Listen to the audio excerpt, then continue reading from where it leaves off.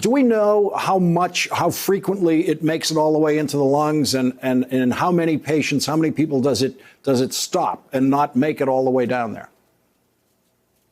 Well, there's new data coming out all the time. Of course, this is an active area of study, and that's a big question. What we do know is that dose is everything. So we talk a little bit about viral load. That's really talking about the number of virus particles that are either in the body or in a dose. So when you take on a droplet, whether you breathe it in or it's on your hands and you touch your mucous membranes, you're delivering a dose into your body. And certainly dose is going to be dependent on how far that virus spreads in the body and how much it grows, how the viral load builds up, and eventually how much disease it creates.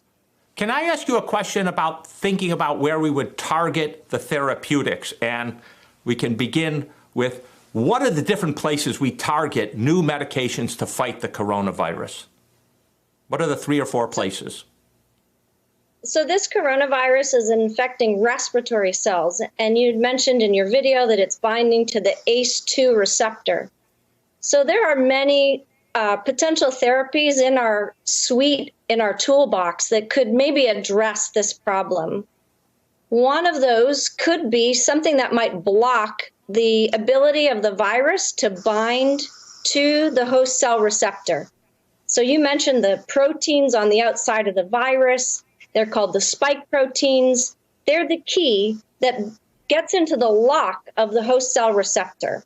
And once does chloroquine block them or not? Well, chloroquine is definitely one of the things we've been talking about a lot. We actually don't know a lot about how chloroquine works, but it's probably having an indirect effect. It's not actually acting directly on the virus. It might be changing the pH of the vessel that is created around the virus when that lock and key happens and the virus is taken into the cell and begins to start its replication cycle. It's probably affecting the way the immune system is responding to the virus. That's how chloroquine works when it's used to treat lupus, for example.